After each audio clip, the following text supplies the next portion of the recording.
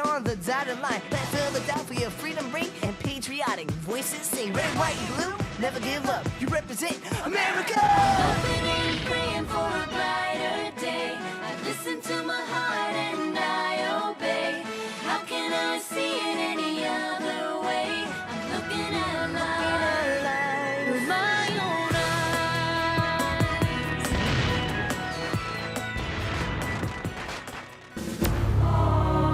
Here are some exciting scenes from today's episode of Liberty's Kids.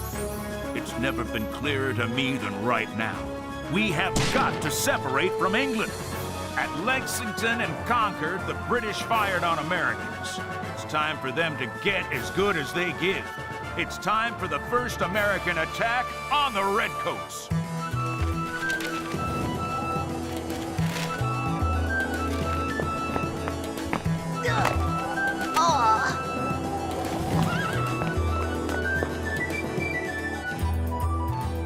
Moses, I'm a journalist, not a workman. You're whatever I need you to be in order to get the Gazette to the people of Philadelphia. Yes, James. Be a proper patriot and stop complaining. Mayor's here! Hey! Oh, please. Is there anything addressed to Miss Sarah Phillips? Oh, Monsieur Henri Lefebvre, I am expecting a large shipment of gold doubloons from off the coast of Virginia. A small shipment? Perhaps some news from the continent. Here. Over here. Over here. Thank you, my boy. Franklin. There's no word from my father? I'm afraid letters from Ohio are few and far between, Sarah. This separation cannot continue. I will make a home with him in the colonies. I vow it. Nothing for me, neither? Nothing for you either. However, I did receive these out-of-town newspapers. Finally! My doubloons? Perhaps the next Mayo.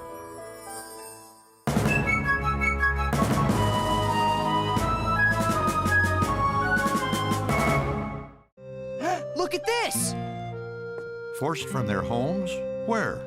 The New Hampshire Grants. Where's that? Up between New York and Canada. Beautiful country. They call the hills up there the Green Mountains. Fine logging in the Grants. Fine maple syrup, too. Maple syrup? Listen, ejectment coming thick and faster. Women sobbing and lamenting, children crying, and men pierced to the heart with sorrow and indignation at the approaching tyranny. Now that's newspaper writing. It's by someone named Ethan Allen. It sounds to me like Mr. Allen is hyperbolizing in an effort to inflame the emotions of potential traitors to the crown. What did she say? She said, something I wouldn't lower myself by repeating. She said, Henri, that this man Allen is a liar. He sounds to me like a patriot. He sounds to me like a loudmouth, as does someone else I know. James, Sarah, Allen might be exaggerating, but he's not lying, allowing people's land to be taken out from under them. The Redcoats aren't using muskets this time, but they're firing a broadside at us nonetheless. I've been wondering where the next hostilities with the Crown might take place. This could be our answer.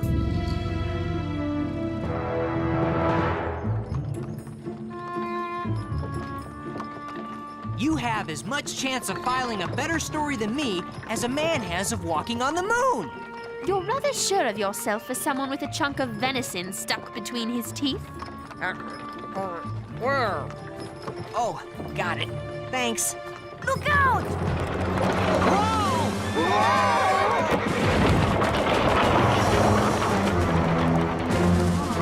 Oh, that was scary.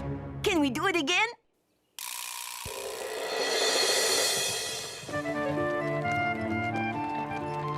This would be an absolutely lovely place for my family to make a home. Thieves! Let me do the talking. I do not need you to take care of me. Thank you. I will talk with these. Afternoon, youngsters. Can we search him now, Tom? Can we search him? That won't be necessary, Luke. Our friends here will be happy to show us anything interesting they might be carrying about their persons. Won't you, kids? A ways back, we passed a guy who looked real rich. You can probably catch him if you hurry. Come on, Tom. Let's go get him. You're a clever pup, ain't you? Now tell old Tom what you're really doing up in these parts. I am a journalist and demand safe passage in the name of King George III.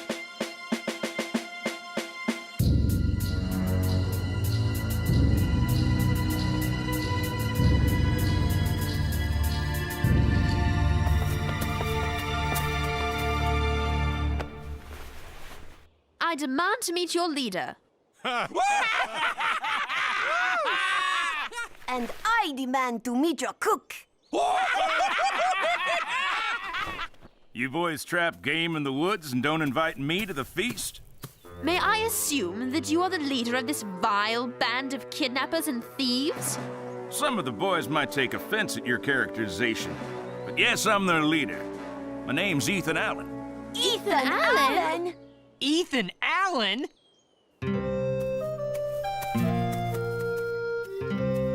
All I did was ask you where the finest land is to be found in the Grants.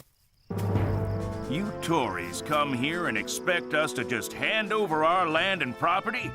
Are you mad or stupid or you just a thief? I can answer that. You call me a thief? You're the one who had me bound and gagged and dragged here against my will. My men were doing their duty. And anyway, you're free now, aren't you? If you won't show me the land, I'll go see it myself. You'll do nothing of the kind, my little redcoat. Yum, maple syrup. No more will you steal our homes out from under our very feet. And, sad to say, no more can we fight your tyranny peaceably. So often have the pleas and arguments of our lawful committees been ignored by your king. Ah! Ethan, on our way here, we saw a man riding a gilded chariot. Pendrake's back. Tom Buell, boys, Pendrake's back. Pendrake? You sure? Our young scout, Mr. Hiller, saw him.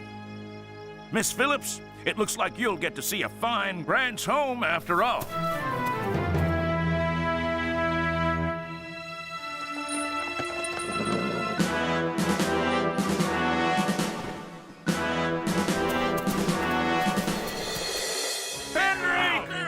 You will leave my property immediately.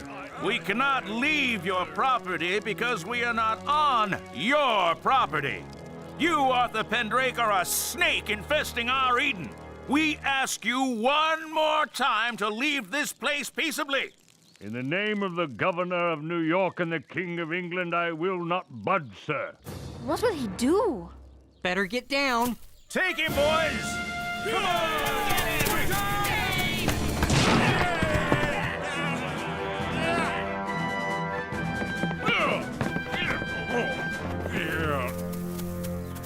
Anyone else in the house? No, Ethan.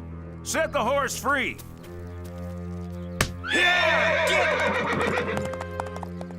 This isn't right. It isn't fair. I'm glad you're here, little redcoat. You're about to learn something about fairness. Arthur Pendrake, we the people of the New Hampshire Grants have resolved to offer a burnt sacrifice to the gods of the world. Time to burn the house. This is barbaric. If you're intent on driving this good man out, why don't you simply let the earlier occupant move back in? Let's ask the earlier occupant. Tom? If I did that, they'd just throw me and my family out again. That thief would be back. Right back inside a house I built for my wife and children. Maybe this'll show him we mean business. Ethan, give me the torch. Sorry, Tom. So am I. I built this house for freedom. Now I burn it for freedom.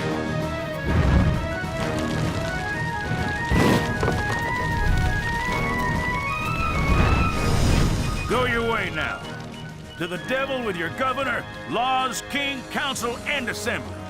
Ugh.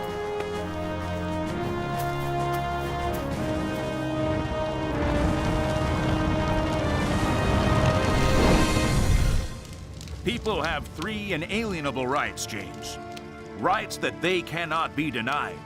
And those are the rights to life, liberty, and property.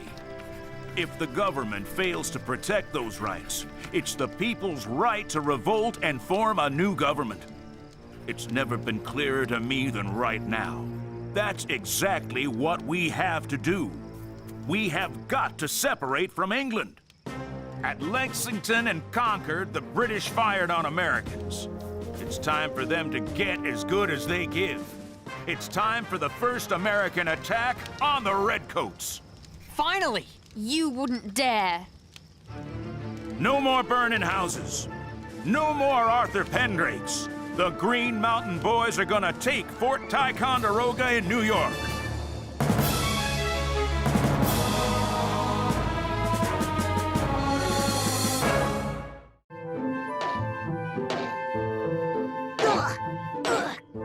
If they won't give me maple syrup, I will get my own! Sacre bleu!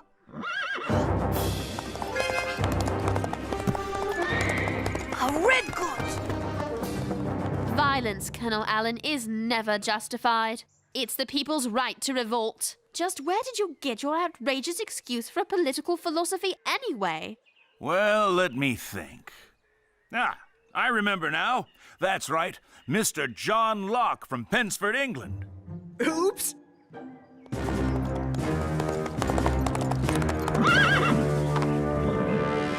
Am I addressing Colonel Allen? You are? I am Colonel Benedict Arnold. Colonel, I have been commissioned by the Massachusetts Committee of Safety to raise a regiment which I have done to attack Fort Ticonderoga. To that end, I hereby order you to turn over to me complete and utter command of the Green Mountain Boys.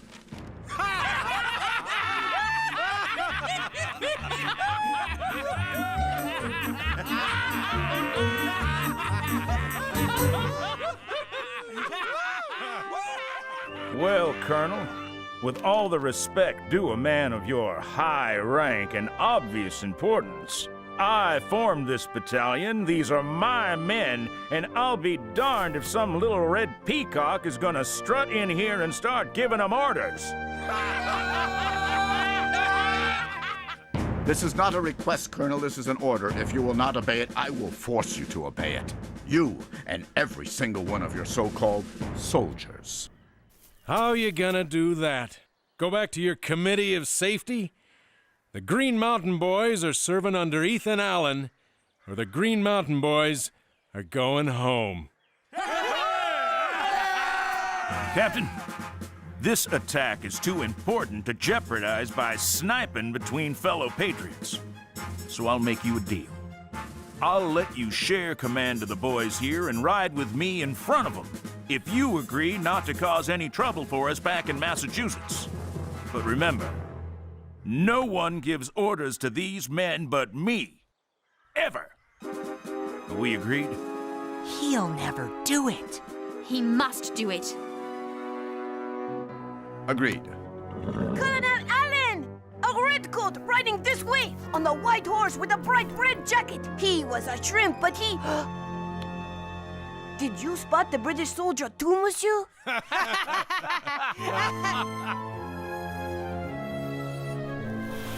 I decided to attack Fort Ticonderoga for two reasons. First, it's cannon. If we can capture the British cannon, with all due respect to you, miss, we can transport them to Boston. And send those redcoats halfway back to England with their own artillery. Second, if we control Ticonderoga, we control the main waterway into the colonies from Canada. And then, my boy, nothing goes on, in, or out of that water unless we Americans say it does. Now, our spies tell us there are only 50 or so British soldiers defending the fort. But we're expecting a heck of a fight anyway. And let me say one thing to the good people of Philadelphia. Brothers and sisters, there ain't one Green Mountain boy on God's green earth who ain't prepared to meet his maker up there in that fort. Because, Miss Phillips, every man here, no matter how uncouth, how rough, how rude, is profoundly committed to fighting for America's freedom to the last beat of his heart. Colonel Arnold, I wonder if I might ask you a favor. Yes, Miss Phillips? Colonel, I request permission to join you and the Green Mountain Boys in your attack on Fort Ticonderoga. Might I be permitted to accompany you on your attack? I'm afraid that's out of the question. Son, what you're asking is highly irregular. Sir, with respect, the people of Philadelphia need to know the story of the colony's first attack on the Crown. Sir, the people of Philadelphia need to know the story of America's first attack on the tyrannous mullions of King George III. That's minions. Well, I suppose in their way the Green Mountain Boys are highly irregular too. You'll stay as much out of harm's way as possible. Yes, sir. I don't doubt that the Pennsylvanians need news of our attack, Miss Phillips, but I'm afraid they'll have to get it from someone less qualified than yourself. I simply cannot permit a proper young lady to accompany troops into combat.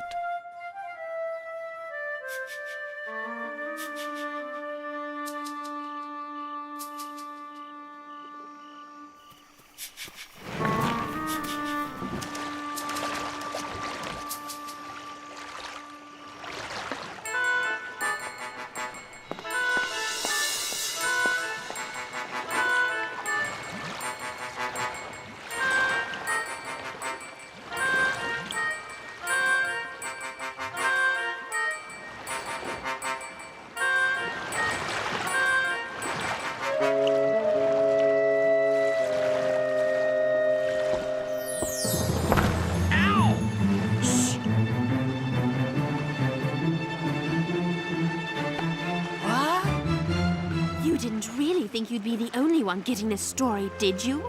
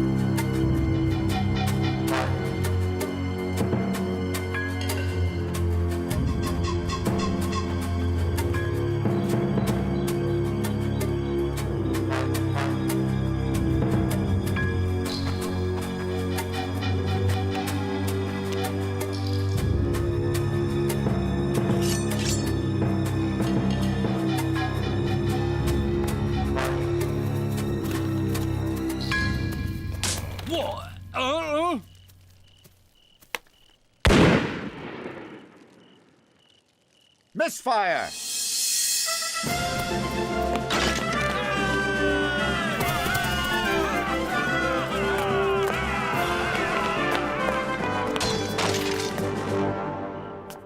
Mercy, sir, mercy! Take me to your commanding officer. Now! All right, all right.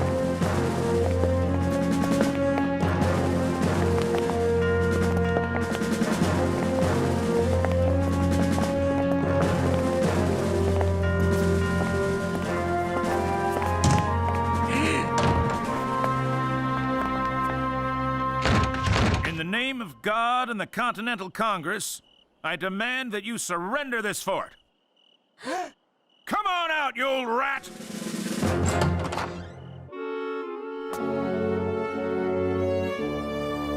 My sword, sir.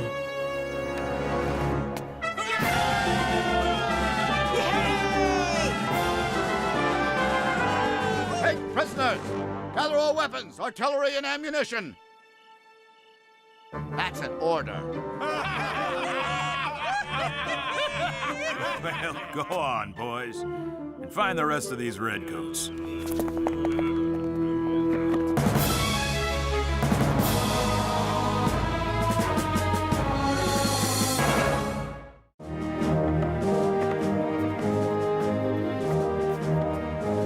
Gather the artillery, collect the cannonballs and musket shot outside.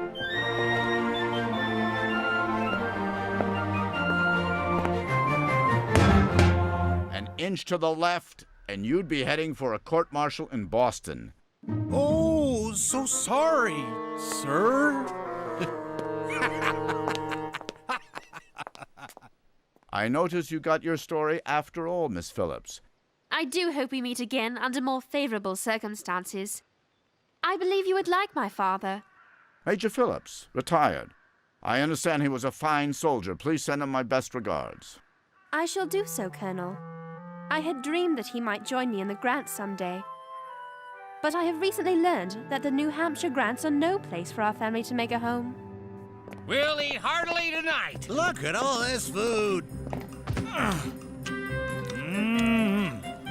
No wonder the Redcoats didn't fight us. They were too fat and happy from all this jerky. All this without firing a shot! We're gonna whip those redcoats in no time! Don't get cocky, son. We've a long way to go before we win our freedom. Hold on there, Edward. Wasn't that little French weasel trying to drum up some of this stuff back in the Green Mountains?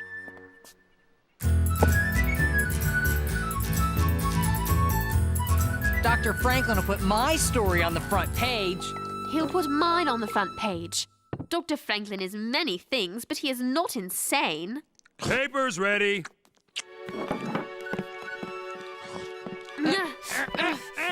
Who got the front page? You both did. I never thanked you for not giving me away on the boat that night. I had to let you write that story. How else could I prove that mine was superior? Spell superior. Gee, these flapjacks look good. Oh, I imagine they are.